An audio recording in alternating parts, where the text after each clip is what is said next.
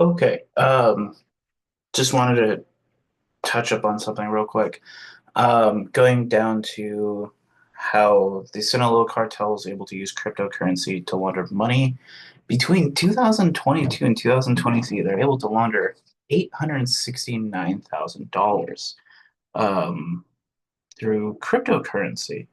Um, the point of showing this is that the cartels are able to adapt. Um, they are not someone to stay using one method forever. They understand that adapting and evolving is the way to survive. Right. And then moving on to what one second. Joaquin El Chapo Guzman Herrera. He would start as a mid-level member, becoming a became he would become a leader of the cartel with Ismael Zapata Garcia. Um, El Chapo would also receive the nickname El Rapido for his ability to deliver drugs very quickly. This is someone who was in the cartel for a very long time. He's going to start from the early 90s and he will be in the cartel until 2019.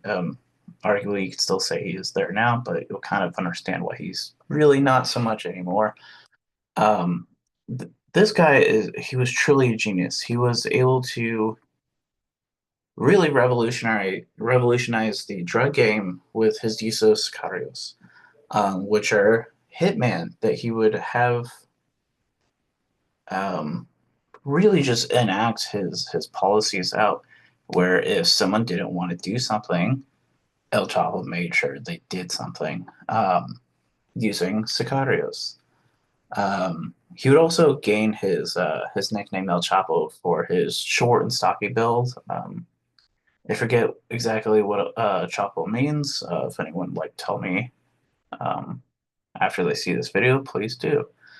Um, in February 19th, 2019, he'd be sentenced to 30 years to life. As many of you may know, El Chapo has been able to escape prison before. Um, his wife was able to use money laundering to be able to to buy the nearby property to the prison in Mexico that he was staying at and build tunnels underground where he is able to escape. He's not escaping from this prison. He is held in a uh, supermax prison in the middle of Colorado, in the middle of nowhere. He's not getting out. In all seriousness. All right, moving on to the Jalisco New Generation Cartel. These guys are truly something else.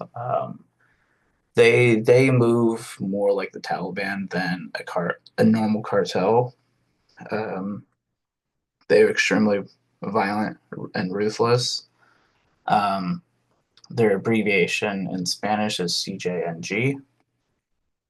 As you can see in the picture, they proudly wear their acronym on their chest, on their bulletproof vest, very much like a military organization would.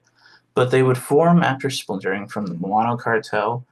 They would be formed by, one second, I gotta find my notes. Just bear with me.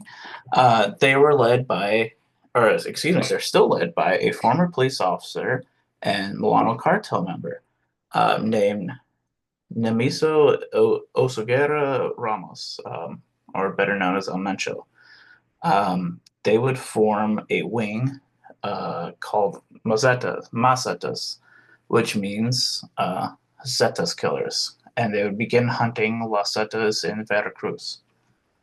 Uh, and they're going to take violence to a new extreme. In 2011, a mass grave of 30 possible Las Zetas members was found by local law enforcement. Just they're absolutely wiping out Las Zetas foot soldiers. To the point where it's a risk to even be in the Los Zetas cartel because uh, the new generation hates them. They want them not just dead but extinct. and they may get their wish with that. Um, but their violence didn't just stop at rival cartels. In 2015 of April, the new generation would ambush and kill 15 police officers in which again is the most police officers ever killed in one attack. Absolutely bringing things to a new height. In May of the same year, 2015, the Jalisco New Gen would shoot down a police helicopter, killing everyone aboard. These guys showed very quickly from the start that they're not to be messed with, and they demanded um, respect and show that police officer or not, cartel or not, they will find you and they will kill you if you get in their way. Um, it's interesting. A lot of cartels seem to commit violence so they're able to sell drugs, right? It's like using fear so that they're able to do what they want, kind of without issue. These guys seem to sell drugs so they can commit more violence, so they can buy more weapons, they can buy more soldiers, they can plan together to attack so many people, and their attacks will not stop at police and other cartels, as you will find out later. Moving on to the Gulf Cartel and the Los Zetas.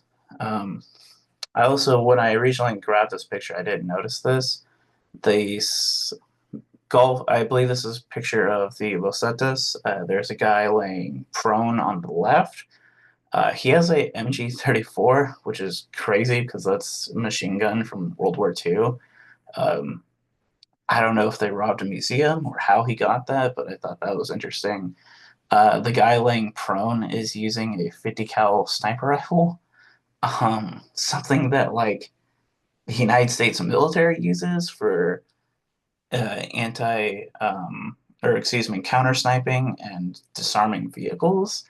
Um, so I mean, just looking at this picture again, like they also have like grenade launchers under their rifles. Like these guys, like cartel members, they have a real arsenal. Like they look how many soldiers they have. That's just one picture where a little group photo. Everyone, get your gun and go get your antique gun as well.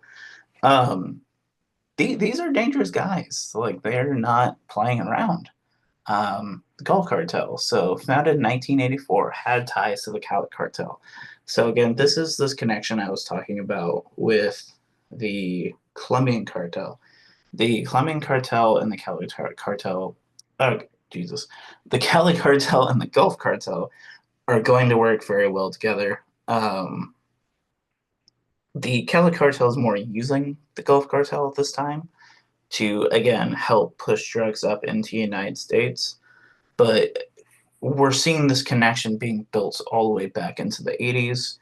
And once there's no more Cali cartel, the Gulf cartel will take up operations that the Cali cartel left behind. All right. Moving on, by 1996, they were bringing in billions of dollars every year. Like, again, billions is almost hard to possibly conceive how much money it is, but it is so much money. And especially, I mean, this is 1996. It could be tens of billions of dollars adjusted inflation today. However, the Gulf cartel is not going to last forever. They will splinter into multiple factions. The reason being is police activity. They Police are successful in really pushing down the power of Gulf cartel. However, the police accidentally create something worse where they didn't get rid of everyone, so the Gulf cartel will splinter into multiple different cartels. They will call themselves the Scorpions, Cyclones, Rojos, Metros, and Panthers. Interesting names, but the point is that even when you think you're getting rid of a major cartel, they're able to multiply and and like you divide them and then they multiply, and that is going to be a big issue. These cartels, or lower cartels, will basically still control what is the Gulf Cartel territory, but excuse me, it's not going to achieve what they think it's going to. The Los Zetas, excuse me, they're going to start as a private army for the Gulf Cartel. Um, but oops, excuse me. But they saw that drug trade was more profitable, and so they would break off from the Gulf Cartel. The Los Zetas were very powerful for a time, but in 2012, they, like the Gulf Cartel, will splinter into multiple factions. Um, Before that, they would specialize in human trafficking and kidnapping as a source of income. Again, also with the drug trade, but they're really into human trafficking and kidnapping. Um, the two most notable factions that would emerge out of Los Zetas was the Northeast Cartel and the Old School Zetas. Why did they collapse? Very similar to the Gulf Cartel. Police interference would arrest a lot of the high ranking members, but the lower ranking members, still ambitious, still hungry for that money, would realize the value in starting their own cartels.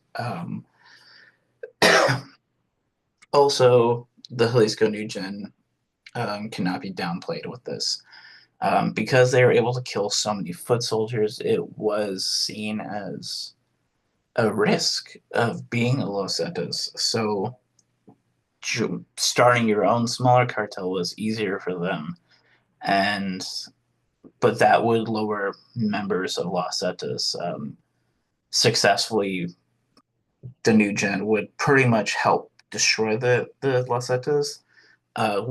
So the new gen also uses propaganda to promote their cartel. Um, One of the propagandas they use is, "Hey, we wiped out the Los Zetas." Yes, the police did help, but we're not going to acknowledge that. But we did that. Look how good we are, and they will also wipe out the the Knights Templar cartel, and go, "Hey, look, we're good guys. We wiped out two cartels. Yes, we're going to do horrible, violent things to civilians and other people in the police, but look, we're wiping out cartels. We're doing more work than the police and the military do." And some people do buy into that. They go, "Hey, those guys are pretty bad, but they did take out two prominent cartels." So that's pretty good too. And yeah, it's a dangerous, it's a slippery slope. And I just want to go over their territory real quick again. This Okay, this was further back than I thought it was. That's awkward. Um, as you can see here, the blue is the Jalisco New Gen. They are going to encompass a lot of this. The Sinaloa cartel is encompassing a massive amount, and the two are going to fight for a lot of territory. But as you can see, um, and throughout the map, that they're going to encompass so much territory, and they're going like, "Look, we are dominant. We are more powerful than so many others think we are." Um, and with that, we're gonna end it for now on the second video, or the second part of this.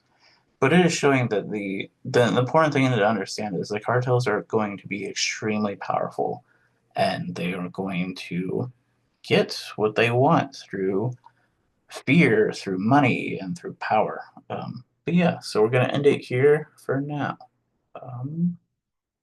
Right when I find the stop recording button, which is